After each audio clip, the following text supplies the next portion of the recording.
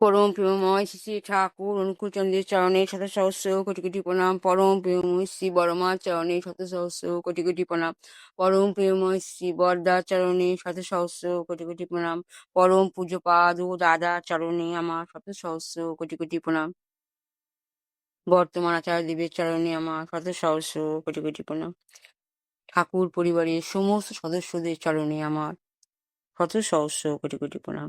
উপস্থিত ভক্তমণ্ডলীগণ, যারা আমার যাজন শুনছেন, তাদেরকেও জানাই আমি আমার আনন্দিত জয়গুরু। ছোট ছোট বাচ্চাদেরকে জানাই আদর, প্রীতি, ভালোবাসা, শুভেচ্ছা, যথাস্থানে যথাযোগ্যভাবে জয়গুরু।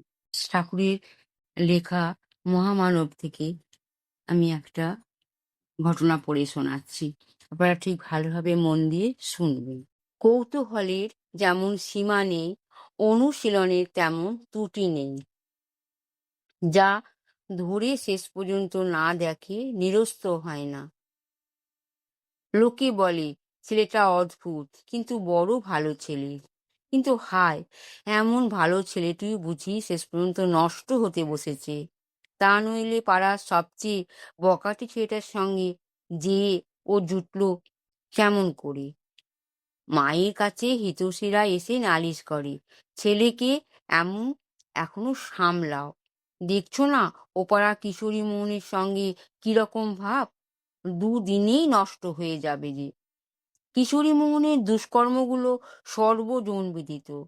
এমন ছেলের সঙ্গে মিশলে কেউই বা চুপ করে থাকে? মা শাসন করেন, ওর সঙ্গে তুই এত মিশিস কেন? তখন ছেলে উত্তর দেয়, পরীক্ষা করে দেখেছি মা, কার পাল্লা ভারী, আমার না কিশোরীর। মা কি মনে করে? চুপ করে যান। ছেলে ঝাঁপ দিয়ে পড়ে পদ্মার জলে সাঁতরে যেয়ে ওঠে কিশোরী মোহনের গৃহে। দুই বন্ধুর কি নিবিড় অন্তরঙ্গ ভাব, প্রেমের কাছে হার মানে সবকিছু। কিন্তু তবু কি দুষ্কর্মের হাতছানি থেকে রেহাই পাওয়া যায়? কিশোরীর মনটা মাঝে মাঝে আনচান করে। সে বোঝে শুধু যুক্তি দিয়ে কোনো কাজ হবে না, কিশোরীকে অন্য একটা বাস্তব কর্মে নিয়োগ করতে হবে। প্রবৃত্তি নিয়ন্ত্রণের সেই অমোঘ অস্ত্র কীর্তন। হ্যাঁ, কীর্তন গানে মাতিয়ে তুলতে হবে। নিজেই রচনা করে গান, নিজেই যোজনা করে সুর, নিজেই সংগ্রহ করে আনে খোল, করতাল আর অন্যান্য বাদ্যযন্ত্র। এই তাণ্ডব কীর্তনে কিশোরীর হলো রূপান্তর বা জন্মান্তর, আর তার সাধনা হলো সার্থক। গ্রামে ছিল একটা চোর, কিন্তু তার কি হবে? চোরা না শুনে ধর্মের খায়নি, তাই না শুনলো। কিন্তু পরিবর্তন কিছু ঘটছে না। সে কি আজীবন চুরি করেই যাবে? একবার চেষ্টা করে দেখা যাক কি প্রতিকার হয় কিনা। লোকটা যে দাগি চোর, গ্রাম গ্রামান্তরে সে চুরি করে বেড়ায়, এ কথা সবাই জানে, সেও জানে। লোকটাকে একদিন ডেকে জিজ্ঞেস করলো, তুই চুরি করিস কেন? ঠাকুর নিজে জিজ্ঞাসা করলেন, অভাবের দায়ে। একদিন তো চুরি করেছিস। অভাব কি মিটলো? ঠাকুর প্রশ্ন করছে। কই আর মিটলো? আর মিটলেই কি এখন সে রেহাই পাবে? একদিন অভ্যাসের অভাবের দায়ে চুরি করে তাকে যে স্বভাব দাঁড়িয়ে গেছে তোর। ঠাকুর বলছেন যে অভাবের দায়ে যে তুই চুরি করেছিস, এখন তো তোর স্বভাব বানিয়ে গেল। তুই রোজ চুরি করতে যাস, তোর ঘরে যদি চুরি হয়, রাত্রিতে বাড়ি থাকিস না, তোর বইয়ের উপর যদি কেউ নজর দেয়, তবে কি রক্ষা করবে? লোকটা তখন চমকে উঠল। এই কথার মধ্যে কোনো একটা বিশেষ ইঙ্গিত রয়েছে। কে জানে কি মানে? কি মনে করে ঠাকুর মশাই এমন কথা তুললেন? তার বাড়ির কাছে একটা লোককেও তার খুব সন্দেহ হচ্ছে, তার অনুপস্থিত সে এসে হাজির হয় নাকি। ঠাকুরের কথা সে চোর বুঝতে পেরে গেল। না, তাড়াতাড়ি বাড়ি ফিরে আসি। এরপর সে চুরি করার জন্য বাড়ি থেকে বেরিয়ে এসে কিছু দূর গিয়েই ভাবলো, ই বাবা, সত্যি তো, যদি বাড়িতে কেউ আসে। আবার ফিরে এলো, কিন্তু তার চুরি করা হলো না। শেষে আর না পেরে একদিন তার কাছে এসে কাঁদো কাঁদো হয়ে বলল, এ তুমি কি করলে ঠাকুর, এ তুমি কি করলে? আমি যে বাড়ি থেকে বেরোতেই পারছি না, কিছুতেই স্বস্তি পাচ্ছি না। বাড়ি থেকে বেরিয়ে চুরি করব। সে বলল, তাতে কি হয়েছে? চুরি আর নাই করলি, সে তো একটা কাজের ব্যবস্থা করে দিল। কিন্তু কাজ পেলে কি হবে? রাত্রি হলেই লোকটা চুরি করার জিনিস মনের মধ্যে যে স্পৃহা আছে জেগে ওঠে। তখন সে ঠাকুরমশাইয়ের কাছে আবার ছুটে চলে আসে। সারা রাত জেগে নানান গল্প করে ভোর হয়ে যায়। লোকটাকে সে বাড়ি পাঠিয়ে দেয়। এমনি করে করে একটা চোরকেও ঠাকুর ঠিক পথে নিয়ে আসলো। চোরকে নিয়ন্ত্রণ করতে কত রাত যে বিনিদ্র কেটে গেল তারই অত্যা নাই। এমনি করে অনেক দিনের অনেক চেষ্টায় চুরি করার ইচ্ছাটা তার একদম লোপ পেয়ে গেল। তো এই হচ্ছে আমার ঠাকুরের লীলা। এই হচ্ছে ঠাকুরের ক্রিয়াকলাপ। এই হচ্ছে শ্রী ঠাকুরের নীতি বিধি ব্যবস্থা। ঠাকুর মনে করল যে মানুষকে কি করতে হবে, সুন্দরভাবে কাজ করার জন্য তরতারিকা শিখিয়ে দিতে হবে। সে কুপথে চলে গেছে, চুরি করতে নেমে গেছে, অভাবের দায়ে নেমে গেছে। অভাবের দায়ে নেমে গিয়ে সেই চোর তার নিজের স্বভাবটাকে নষ্ট করে ফেললো। কিন্তু ঠাকুর পরম পিতা উনি যখন বুঝতে পারলেন যে চোরকে ঠিক জায়গায় নিয়ে আসতে হবে, কি করে নিয়ে আসতে হবে, তাকে তার চুরির যে নেশাটাকে কাটিয়ে দিতে হবে।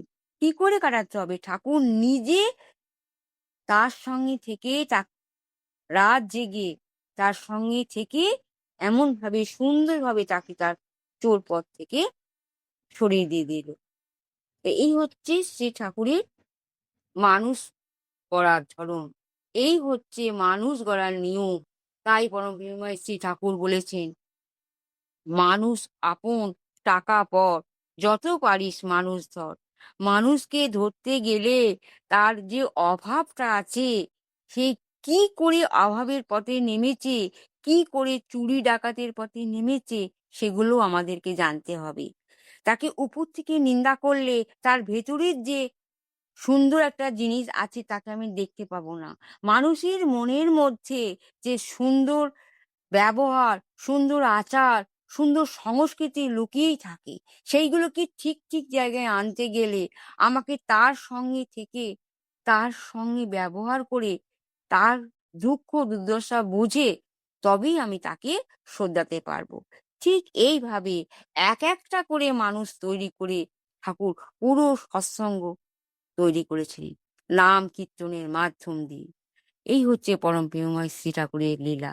মানুষকে মানুষের মতন তৈরি করেছিলেন সুন্দরভাবে। চোর বলে ডাকাত বলে ঘেন্না পাননি, চোর বলে তাকে তিরস্কার করেননি।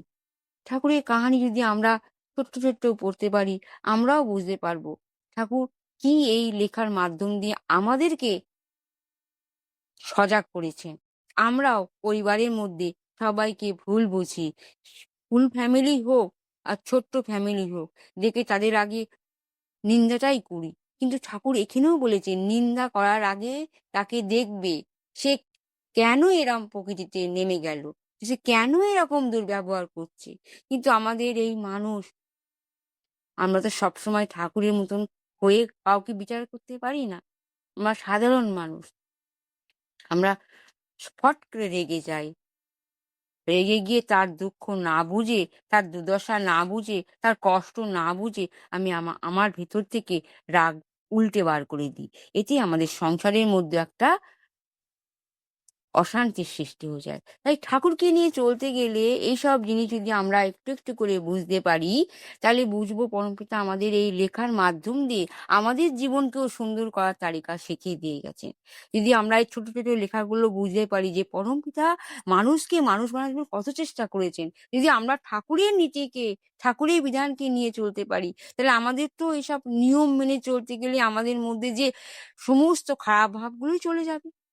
যদি আমাদের মধ্যে খারাপ ভাব চলে যায়, কারোর প্রতি যদি কুনজর চলে যায়, কারোর প্রতি যদি হিংসা চলে যায়, তাহলেই তো আমাদের সবকিছু ভালো হয়ে আসবে। ঠাকুরের কথা বলতে গেলে অনেক কথা বলা হয়ে যাবে। আপনারা ঠাকুরকে নিয়ে চলুন, ঠাকুরের লেখা পড়ুন, ঠাকুরের লেখা পড়ার সময় না থাকলে যাজন শুনুন। এখন তো মোবাইলের মাধ্যমে অনেকেই যাজন করছে, শুনতেও ভাল লাগে। এসব শুনলেও শিক্ষা হয়, এসব শুনলেও মন শান্ত হয়ে ওঠে। পরমপিতার আতুল চরণে আপনাদের সবার মঙ্গল কামনা করি। আপনারা যে যেখানে যেমন অবস্থায় আছেন, ভালো থাকুন, সুস্থ থাকুন, স্বস্থ থাকুন। ঠাকুরকে নিয়ে চলুন, ঠাকুরকে ভালোবাসুন। এই বলে আমি আমার বাণী বিরাম দিচ্ছি। জয় গুরু, বন্দে পুরুষোত্তম।